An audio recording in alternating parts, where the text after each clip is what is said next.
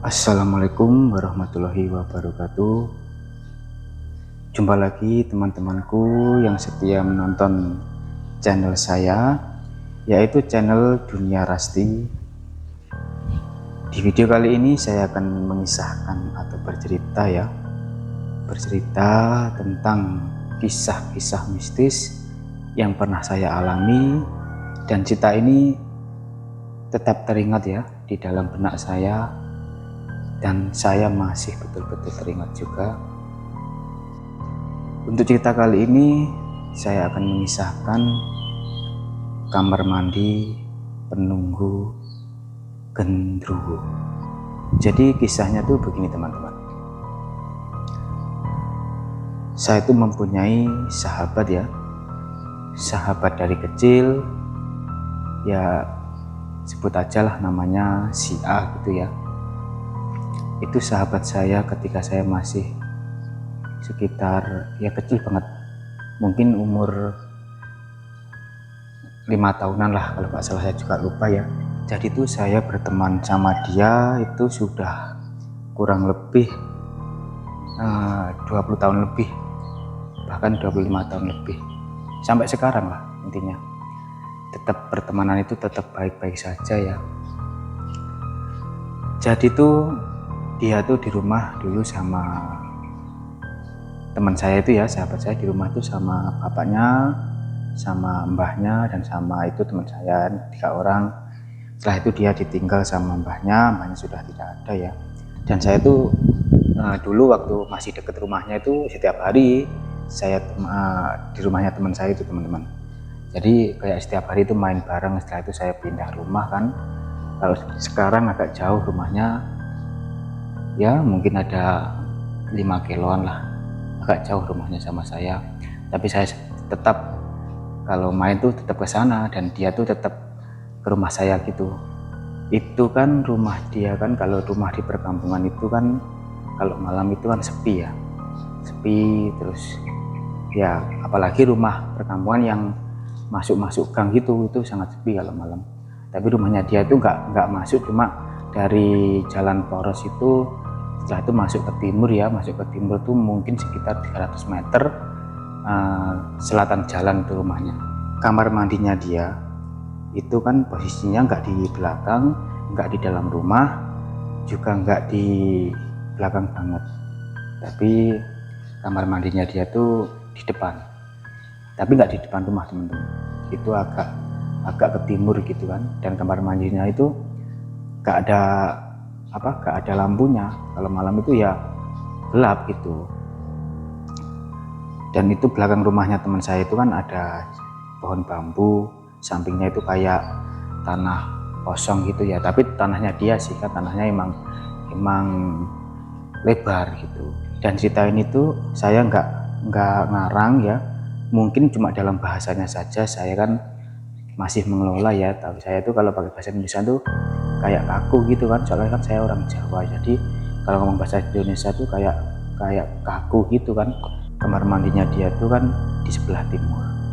Nah itu malam waktu itu saya masih ingat kok, waktu itu main ke rumahnya dia. Setelah itu saya tuh pengen BAB gitu teman-teman, waktu itu sekitar jam 11 lah, jam 11 ataupun setengah 11 saya lupa. Malam saya kan, terus saya main sama teman saya 2 orang aja, nggak banyak sih main. Saya kebelet BAB, saya pamit ya, bentar saya mau ke kamar mandi dulu, mau BAB, saya kan bilang gitu ke teman saya. Nah itu dia ngomong, oh ya gak apa-apa, BAB dulu aja. Setelah itu saya BAB teman-teman. BAB, kalau saya itu kalau BAB itu kan kalau nggak bawa HP sama rokok itu kan nggak enak ya. Mereka ya sudah kebiasaan gitu. Saya bawa HP sama rokok, di situ kan ya lihat YouTube, Facebook dan lain sebagainya kan, sama sambil merokok gitu kan. Kalau menurut saya itu enak, enjoy gitu, tidak tahu kenapa. Setelah itu dalam BAB, di tengah perjalanan ya, BAB, tiba-tiba tuh itu kan kamar mandinya nggak ada, cuma pintunya itu cuma dari kain aja. Tapi saya itu kalau malam kalau BAB di situ nggak pernah saya tutup kan, itu kamar mandinya itu sangat nggak terlihat dari luar kan, nggak terlihat. Setelah itu saya BAB dari perjalanan itu.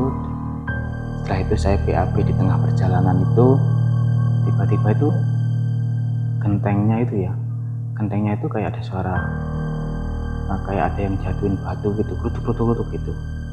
Saya diam. Setelah itu jatuhin lagi kledak-kledak gitu. Saya mikirnya, mungkin teman saya itu, yang sahabat saya itu saya maksud, dan mungkin apa nyalain atau gimana kan ya, nggak tahu. Saya diam. Setelah itu 1 kali, 2 kali, 3 kali, bahkan sampai 4 kali. Setelah itu saya telepon itu teman saya. Saya bilang gini, kamu kenapa sih? Saya BAB kok kamu lemparin batu gitu kan. Dia bilang, lah siapa yang ngelemparin? Saya dari tadi di rumah main game ini. Terus setelah itu saya bilang, lah siapa yang ngelemparin batu? Ya nggak tahu juga gitu katanya. Setelah itu saya ngomong, ya udah kalau gitu saya lanjut lagi. Itu saya kan BAB lagi teman-teman. Lanjut BAB, itu kan saya kan lanjut BAB ya teman-teman. Lanjutlah BAB, setelah saya telepon ke teman saya, emang ternyata nggak ngelemparin batu gitu. Itu kan kamar mandinya sangat-sangat nggak terlihat kan, kalau nggak pakai senter HP kan nggak bisa. Nah itu saya lanjutin, tiba-tiba tuh di belakang itu kan ada temboknya teman-teman. Di belakang tembok itu kayak ada yang ngeluarin suara geraman gitu, suara geraman. Contohnya seperti ini, gitu. Saya mikir, apa itu? Saya mikir gitu. 1 kali suara itu keluar, setelah itu 2 kali sampai 3 kali. Ya terpaksa saya BAB belum selesai. Setelah itu ya langsung saya selesaiin gitu.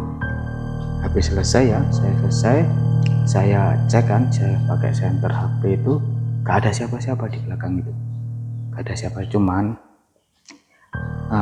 katanya teman saya itu yang punya rumah itu, emang terkadang itu nampak gitu, terkadang nampak di belakang rumah, di samping rumah gitu.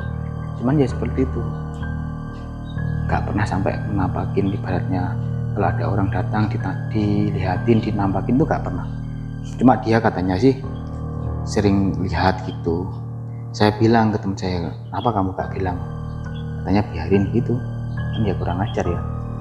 Ya itu setelah saya selesai BAB, saya cek gak ada. Ternyata setelah itu saya ngobrol sama teman saya, katanya dia juga pernah gitu dilemparin batu dari atas genteng gitu ya, dilemparin batu, kayak ada batu, setelah itu ada geraman itu 1 kali, 2 kali, bahkan 3 kali.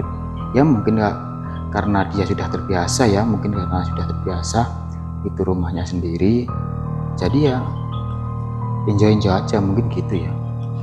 Tapi waktu itu saya ya mikir, ya namanya manusia ya, dilihatin kayak gitu, dan saya kan juga penakut orangnya. Ya dedek itu ada temen, kayak jantungan gitu, takut.